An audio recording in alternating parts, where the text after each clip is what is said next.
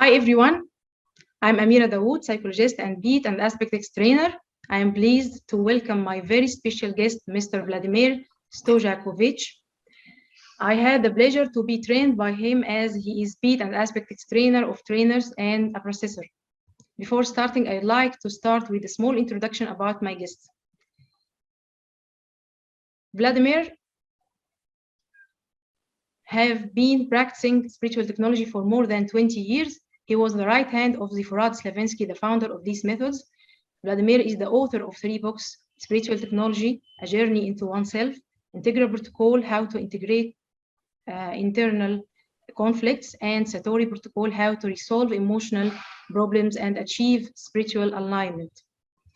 He developed 2 methods, Integral Protocol System and Satori Protocol System, and trained individuals and non-professional and professional background like life coach, psychologists, psychotherapists, counselors, NLP practitioner, so on, to use this method effectively with their clients. Vladimir, I am delighted that you accepted my invitation. Thank you, Amira, for inviting me. Thank you. In this interview, Vladimir will share with us his expert opinion on the powerful spiritual technology techniques, especially Peat and Aspect processor methods. We will talk with Vladimir about his learning journey and his experience with Peat techniques. The first question is, what is spiritual technology and what is the purpose of this of using it? First of all, thank you for this nice introduction.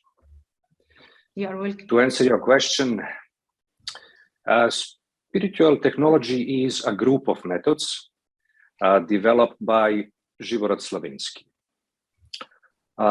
Its purpose is to accelerate our spiritual evolution.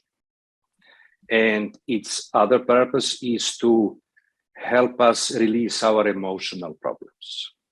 So in short, that would be the purpose of spiritual technology. Okay. What is the definition of Peat and what is the main idea of Peat? Well, I am not aware that there is some official definition of Peat, but we can probably talk about what makes Peat special, what makes it different from other methods. So its main goal is to help us release our emotional issues. But at the same time, what is special about Peat is that it integrates polarities. So all these methods from spiritual technology, they all help us release our emotional problems, or what we call mental and emotional charge. But different techniques are different procedures. And what makes Peat different is it integrates polarities. And what is especially interesting is deep Peat, which integrates deeper polarities. So those polarities that spontaneously surface during one process. So that's pretty interesting. For example, when I worked with Tony Robbins, in one moment, he told me, for a long time, I was looking for a method that would help me integrate polarities. And I didn't find it until now. So yes, that would be the special thing about Peat. It does integrate deeper polarities, unconscious polarities that exist on deeper levels of unconscious, and which surface during the process spontaneously. Okay. I know that you have met the famous influencer Tony Robbins 2011, and you trained him to use Peat and other methods developed by Zephorad. And since then, you are joining him in his very famous seminar, the Ultimate Relationship Program, and more. Would you tell us more about this experience and how you added value to each other? Yes. So after we did our few meetings online, Tony liked these methods, And then he invited me to participate in his seminars, in some of his seminars. In the beginning, it was in a few different ones, and then I remained as a part of this emotional relationship program, ultimate partnership program. Can't remember the exact title of this seminar. It's all about emotional relationships. In my role in that seminar is to lead individual processes with participants. So since the topic of the seminar is emotional relationship, we can expect that lots of emotions surface. And during the seminar, many people have these emotional issues come up. And then my role would be to individually work with them, to guide them through these methods and to help them release these problems. So yes, that's what I do in this seminar. And I think it does contribute to the program. I think you enjoy that. Yes. Yes. Thank you. Vladimir, in your book, Spiritual Technology Journey into Oneself, you mentioned that the ego is the container of all the emotional and mental change that we have accumulated over the years. Can you explain this for us? Well, I don't think I can completely explain it because it remains a mystery, or at least partially it remains a mystery for me to this day. But what I can tell you is that during our development, we suppress many thoughts and emotions. And each thought or emotion that we suppress, it consists of energy. It's suppressed energy. And when we accumulate many of those thoughts and emotions, it all adds up to one entity that we call the ego. And as you do these methods, at one stage of your practice, you actually begin to notice this entity. So this entity is like a structure consisting of many suppressed thoughts and emotions, identities, and so on. And we knew about that. But what was surprising to me is to actually realize that it is almost physical. That when you have so much of those thoughts and emotions suppressed, when they accumulate around you, you can almost feel it as something physical. And that was the thing that I pointed out in my book. How that originated, how physical it actually is, it all remains kind of a mystery, but I can tell that it exists. I can tell that about 25 years ago, when I did processes many hours per day, in one moment I started to detect and even physically feel that entity. Okay, that's nice. Also, in your book, you mentioned about the ego that you described that when you are newborn, we have this ego, and we have benefit from the ego. There is benefit from this ego. Can you explain this more for us? Well, from my experience, this is actually what happens. So we talk about spiritual development, and we often say how there is something which is called true self or true being. And the purpose of this spirituality would be to uncover this true being, to uncover this natural state, the state of enlightenment, even though that word is not really suitable, but I use it because everybody knows what it means. And the question is, if this state of enlightenment, if that is our natural state, how come we are not in our natural state? How come we have to do the spiritual methods in order to experience it? And the answer to that would be because we have something which we call the ego. And what is ego? Many people in spirituality almost consider it as like bad luck or some punishment. or something. But that's not what it is from my experience.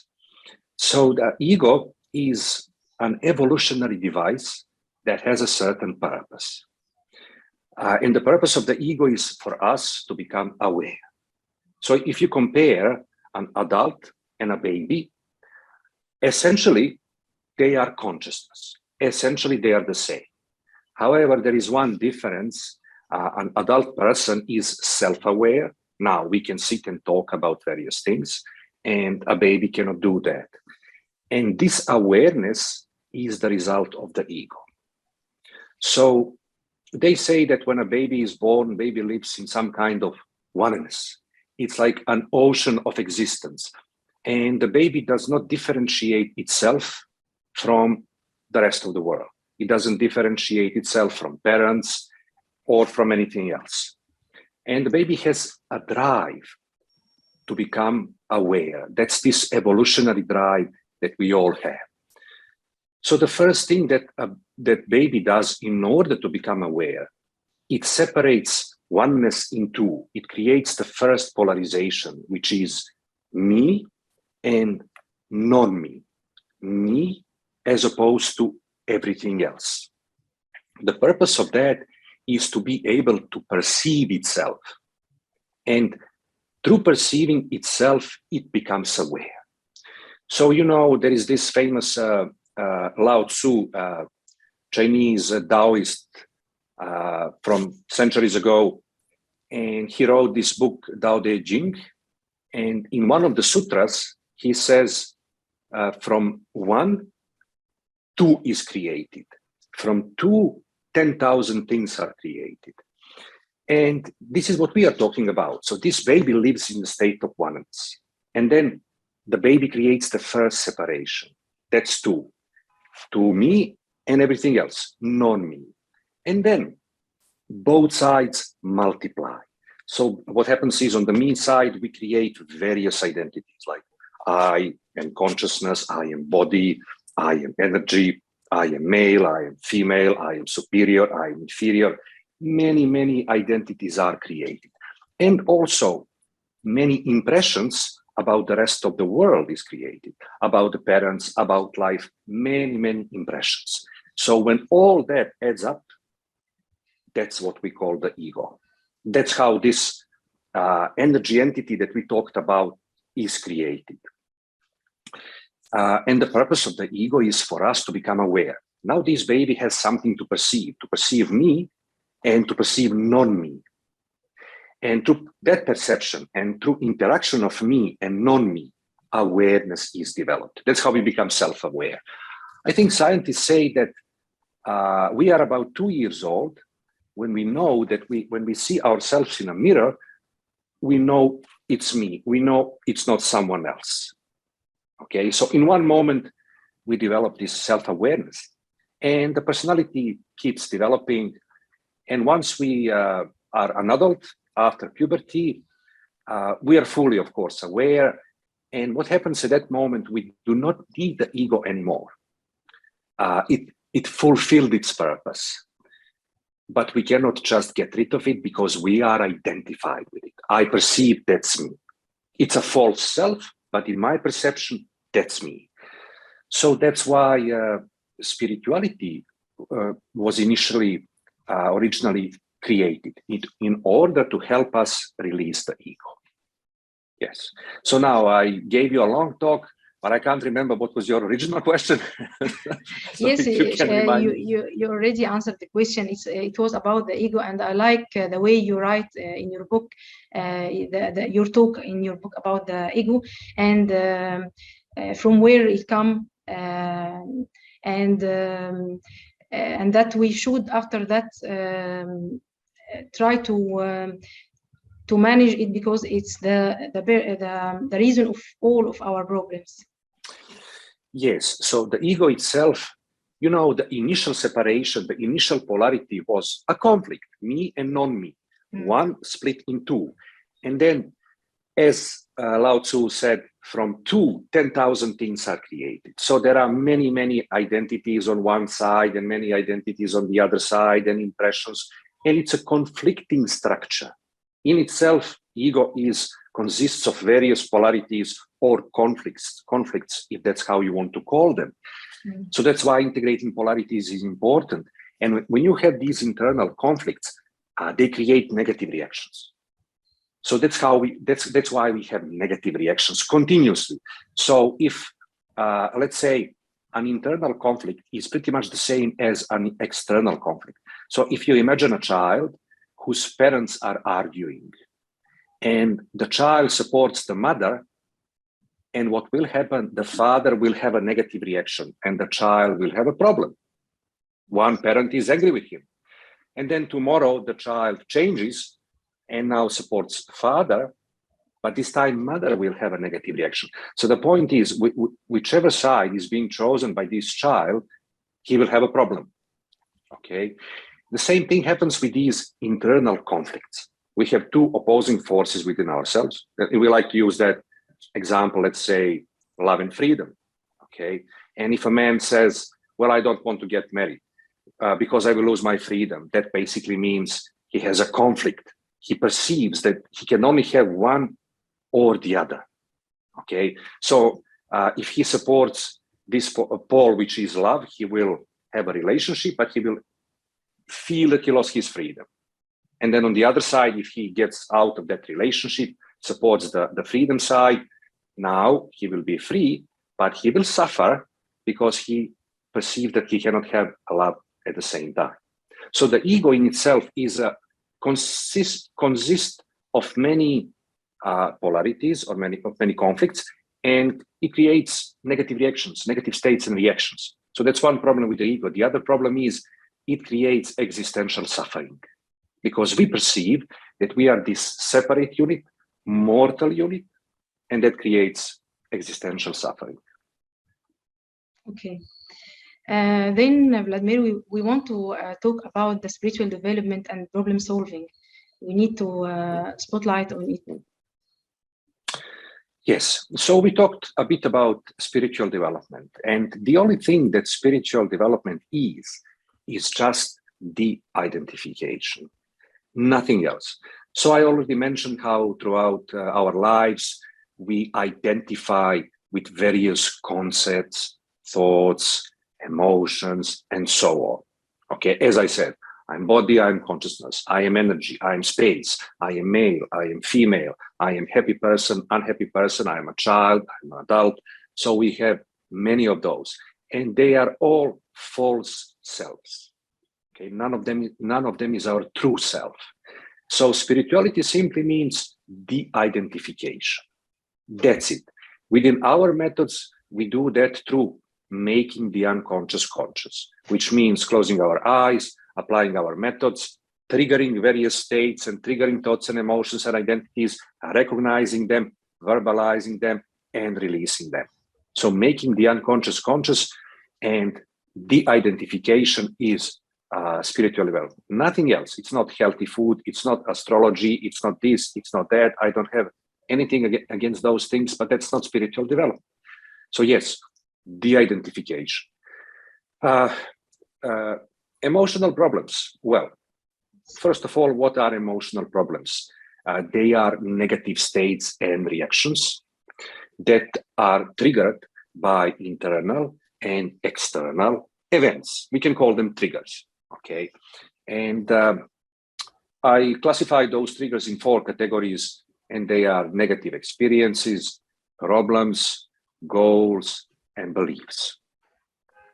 If you think about a negative experience, it doesn't matter whether it happened 3 hours ago or 30 years ago. When I remember it, if I still feel bad, that means it is a trigger. This negative experience activates negative state in me, and that state consists of suppressed thoughts, emotions, identities. So we can use these methods applied on this trigger, or to be more precise, on this reaction caused by this trigger. And we can release it by using the process. And the goal is to release this reaction. So next time, when I think about this negative experience, I don't feel a negative reaction. Okay. Problems are those situations that repeat itself, that we know always cause negative reaction. For example, public speaking. So every time when I have to do a presentation at work, I feel stage fright, anxiety, or anger when my boss criticizes me, or I don't know, tension in the presence of unknown people. Okay, so problems are those situations that we know will cause a negative reaction. And the same principle apply. We can use these methods, apply it on this negative reaction caused by this trigger, and release it. And our goal is to not have this negative reaction when this situation happens again. So if my problem is tension in the presence of unknown people, I would like to apply these methods to release this reaction. So next time when I'm in the presence of unknown people, I don't feel it. And then also goals, we have negative reactions to our goals. That's why people talk about willpower for centuries. It's because we all know that we have these negative reactions, these resistances that prevent us from working on our goals. And that's why they talk about willpower. They think that's a solution. Well, it may be a short-term solution, but you don't want to live your life like that, in that kind of continuous tension forever. Or that's why they talk about motivation, okay, because they think that's another solution. With these methods that we do, like Peat and Aspectics, we have a different approach. We actually target negative reactions. So let's say I want to exercise, but I feel resistance. I can actually target resistance, this negative reaction, and release it. And I can target other negative reactions that I have regarding exercise. So I bring myself into a state which is without a negative reaction to my goal. It's a more optimal state from which I can actually take action. I can exercise without these internal blockages. And then the last trigger of negative reactions would be beliefs. And we all have them, like bad things always happen to me. I am not good enough. Life is suffering, and so on and so on. There are many of those. And yeah, they trigger negative states and reactions. So we can also use these methods to release those negative states and reactions. So these beliefs don't have any effect on us. And maybe one thing to understand about beliefs, in our context, it's not important whether a belief is true or not true. Mm-hmm. It's only important whether it activates a negative reaction or not. Because if it doesn't, then it doesn't bother me, even if it's true. Okay, that's great. Thank you so much. So that would be a work on emotional problems, basically identifying triggers, applying methods on those negative reactions, releasing those, and yeah, freeing ourselves from those reactions. Okay. I remember that while I was taking the course with you, the Aspectics, you make a session for me about a goal. It was writing my first book. It was from 1 year, and I start to write my book when you remove this charge around the goal. So yeah. Yes, it's working very sure. Okay, let's choose another question.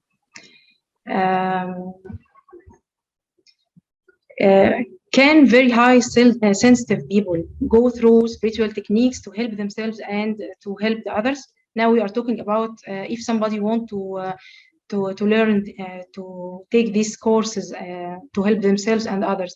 The high sensitive people can go through these techniques, or it's difficult for them? No, they can go through these techniques. And I think the answer is pretty easy. It's yes. I don't see any reason why sensitive people wouldn't be able to do these methods.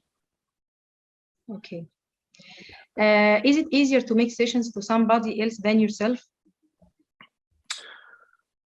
Okay. So if you do this on yourself, after a few times, it's a routine.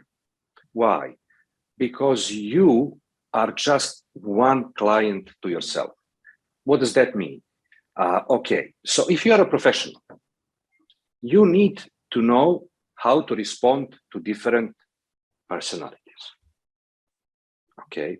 But you are just one of those. So basically, it's like everything else. When you do this on yourself, you just see how you respond to these methods, you learn how you respond to these methods, and from that point on, it's routine. So it's easy. I find it easy to do processes on myself. Working on other people, it depends. So once you learn this process, when you work with easy clients and average clients, anybody can do it. It's easy. But what makes a professional, what is the difference between a professional and an average processor is that professionals know how to work with difficult clients, with hard clients. And for that, you need to gain experience. So yes, easy to work on yourself. I don't see any problem with that. For over 90% of people doing these methods on themselves, it's easy. Okay. However, if you want to be a professional, then you will need to gain experience and to learn how to respond to different personalities, and of course, to learn how to work with hard clients. Okay. And I think the duration of the session is different if you are working with an easy client or a difficult one, if the personality is not easy or difficult. Well, yes, of course, everything goes faster with an easy client. Also, it depends how you organize your sessions. Okay, if your session is organized per hour, then your duration is always the same, only you can do more during that hour with an easy client. Yeah, definitely. About the teenager, are these techniques suitable to apply on kids and teenagers? Okay. First of all, I don't work with kids and teenagers, just so you know that. Okay, I only work with adults. These methods are made for a willing participant. So why is this important? It is assumed that if you're my client, you are fully open and fully collaborative, and you are following instructions. Okay, that's the assumption. These methods can be done with teenagers if they are open and if they want to follow instructions. If they don't, of course not. You cannot apply these methods on someone against their will without their full collaboration. And I believe that applies to any method. Okay. So also the same applies to small kids. Plus one more thing, they need to be old enough to be able to follow instructions. All right. So these conditions have to be satisfied: old enough to follow instructions and to collaborate.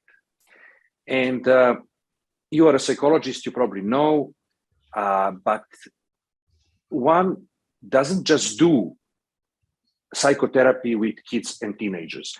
People specialize to be child psychotherapists and to be, I suppose, adolescent, if that's the right word, psychotherapists. Okay. And I trained some people who were specialized. I trained some people to use these methods who were specialized for children. And I trained some people to use these methods who were specialized for teenagers. Okay. So what's the point here? My point here is, there are two things. One thing is learning these methods, and the other thing is learning techniques to approach children and teenagers. So the first thing, I can teach you these methods, but I cannot teach you these other things. Okay. There is a question. One of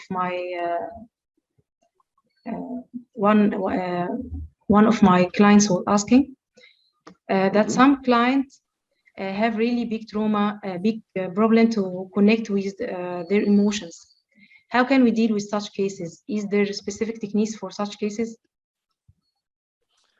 Okay. First of all, there is no such thing as connecting to our emotions. We either feel them or we don't. Okay. When you say connecting, it sounds like a process that has like 10 steps. It's almost like you have to open one door, go through a corridor, open another door. Of course, it's not like that. They only need to be fully aware of their emotions unless they are dissociated.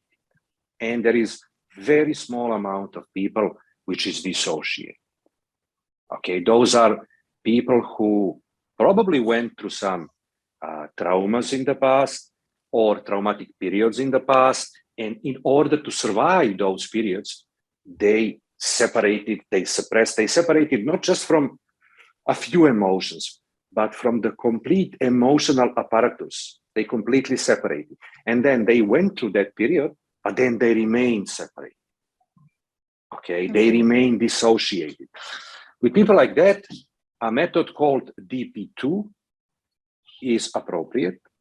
Okay, I managed to help a number of people with this method. The thing is that when they are dissociated, they don't feel their emotions, they only feel body sensations. Okay, why? Because they are deeply suppressed. And once you suppress thoughts and emotions, the only level on which they can manifest is the body. So it's typical for dissociated people to have lots of body sensations, but when you lead them through the process, they don't have thoughts, they don't have emotions. So this is why this method is good, because it asks you separately for thought or image, emotion or body sensation, and it guides their attention to these individual elements so they become aware of these elements. So I would use DP2 on dissociated people. Okay, but let me just point out, often people don't know how to use these methods. Okay, and they say the client cannot connect, cannot feel their emotion. That's not true. In my experience, there is a very, very small amount of people who are dissociated. And if they are truly dissociated, then you can use DP2. One good strategy which I used was to teach them DP2, to give them the method, and to tell them, do this every day. Do this every day for 2 weeks. If you do it for 2 weeks, call me. If you don't do it for 2 weeks, don't call me. So this strategy is good because they need to invest effort to associate. And it can only work if they are willing to do that. So that's one thing to keep in mind. The other thing to keep in mind is very often people say they cannot feel their emotions, but that's not really true. Okay, that's not really true. And there are a few mistakes that people are making. I don't know how much technical you want me to be in this conversation, but there are a few things that people make when doing the process. Okay, especially in the beginning of the process, when they ask the client to feel the emotion which is being triggered. Okay. Yeah.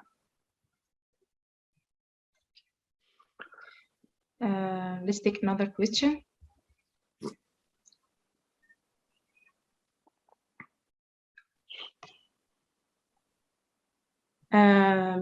Is there any techniques? I would like to know which technique are preferred for obsessive compulsive disorder, OCD.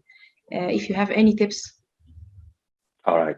So, okay, here's another important thing that people often confuse.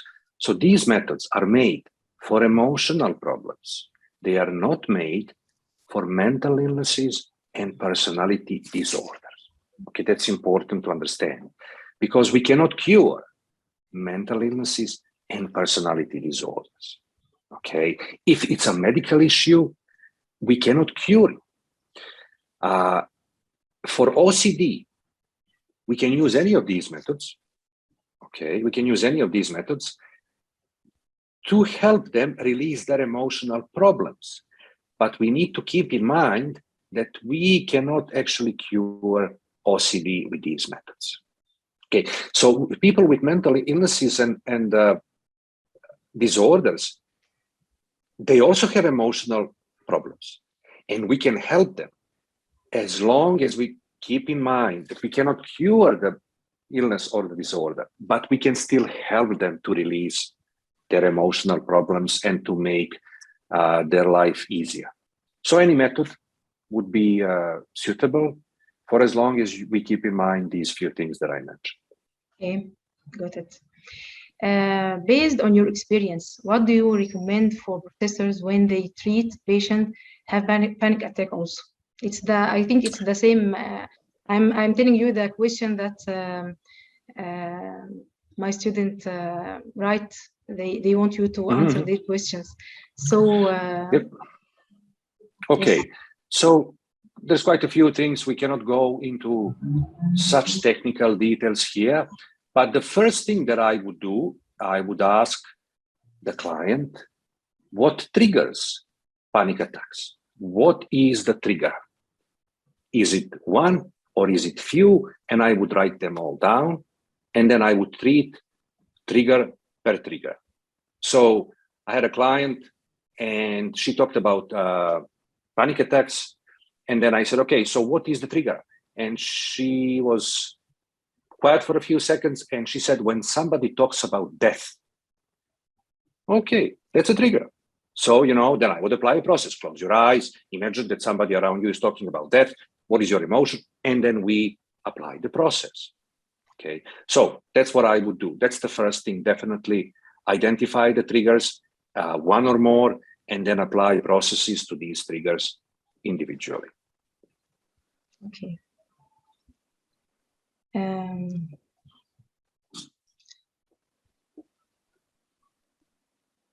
There is a question regarding the children's emotions. Again, children's. Okay. The question is about the continuous feeling of the child being insufficient and lacking in self-confidence in some situations like mom and dad separation, and give more attention to his or her sibling. What's the best way and advice to work with them? Okay, so we do not choose methods in relation to a problem. So it doesn't matter what the problem is. We choose methods in relation to a client. Okay. So in other words, we need to test and see what methods are suitable with that particular client and to use them. So it doesn't matter what the problem is. Okay. If the problem is an emotional issue, it doesn't matter. Okay. But what we need, sometimes with a new client, I can go to 3 or 4 methods until I pick the right one. Right. Okay. So don't choose methods based on a problem. Choose methods based on a client, what they can do, what is the right method for them, what is suitable for them. Okay. Just we want our audience to know that we can use these techniques to treat many kind of problem and beliefs, and we need to give like an examples. Maybe that's the reason I accept to discuss many of my student questions with you, because they insist that even if we told them that it's not about the situation, it's about the personality, but they need your answer also, and we didn't make it live, so they cannot connect with you and ask you this question for themselves. So yeah, okay. That's okay. I just didn't get. Do you have another question for me in relation to this, or are you just commenting? Also, they was asking about the depression. If somebody have a big trauma, like lost the members of his family, wife, son, daughter, yes, and he's suffering. Yes. Okay, we can use this. Yes. Sure, yeah, of course we can. I did that many times. Okay. An important thing is not to push the client. Okay. In some methodologies, they ask you, feel it stronger, feel it more, feel it stronger. That's not very smart, especially for traumatic situations. Okay. That's why sometimes they say there are abreactions. Okay. Abreactions, like after the session, they have a strong reaction to what happened. Okay. That doesn't happen if you do it correctly. What is correctly? Don't push the client. If there is a traumatic experience, you just say, close your eyes, think about that experience. What do you feel now? And accept whatever they say and do the process. Don't ask them to increase the feeling, to go into that situation, nothing. Just go very lightly. When you think, and that applies to a death of a close person, which is something I did. I had clients regular clients who would come into the regular session crying, saying, my father just died, my mother died. And we did, how can you do a process or anything else when this person is overwhelmed with this one problem? So you cannot just push this aside and do something else. Okay, so yes, it works. But generally speaking, with the death of a close person or any other traumatic situation, don't push. Okay, just say, think about it. What is your emotion? And do it. And then after the process, think about it again. What is your emotion now? And do it again if there is a need. Okay. Vladimir, you are in this spiritual technology from a long time. Would you give us some advice and tips to help us throughout our journey? Okay, so there is only one advice. Do processes as much as possible. Okay. There is no other advice. We have procedures. Okay, we don't have, just a moment. We don't have advices. We don't have mental positions. We don't tell you how to behave, how to think, what to do between sessions. There is no dogma. We just have procedures. And 25 years ago, 30 years ago, I don't remember anymore, I was in a period when I did processes for around a year, like 8 to 16 hours per day. Okay, I'm not saying that you should do that, but the only advice, the only useful thing here is do processes on yourself. Yeah, do process on yourself. And then if you want to work with others, you also have to gain that level of experience. So the foundation is doing processes on yourself every day, at least one process per day. If you don't do that, you cannot become a good professional. So throughout your whole professional life, you have to do processes on yourself, and then you have to do it on others, because that's another level of experience. You need to work with different personalities. Okay, got it. Would you recommend some of the books in spiritual technology for the beginners? Well, I would always recommend books about methods. Start from that. So if you're interested in Peat, buy the Peat book. If you are interested in aspectics, buy aspectics book. And then you can start from there. Okay, but the most important thing, again, is do the processes. So start from these technical books. And then once you do processes on a regular basis, then you can read other books which are more maybe theoretical and so on. But I will always recommend start from technical manuals. Yes. Okay. Is there any other topic would you like to talk about before the end of this meeting? Well, there is one topic, but I already talked about it, and the topic is do the processes every day.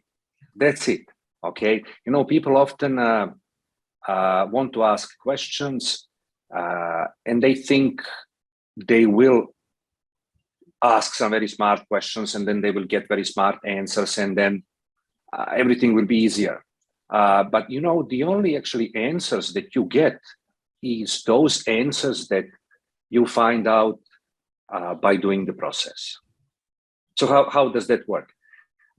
I had many questions, of course, and the question would happen, the question would come up, and then I was aware of that question. I would not have the answer, and I was doing processes, and maybe 3 months later or 3 years later, I would realize the answer to that question.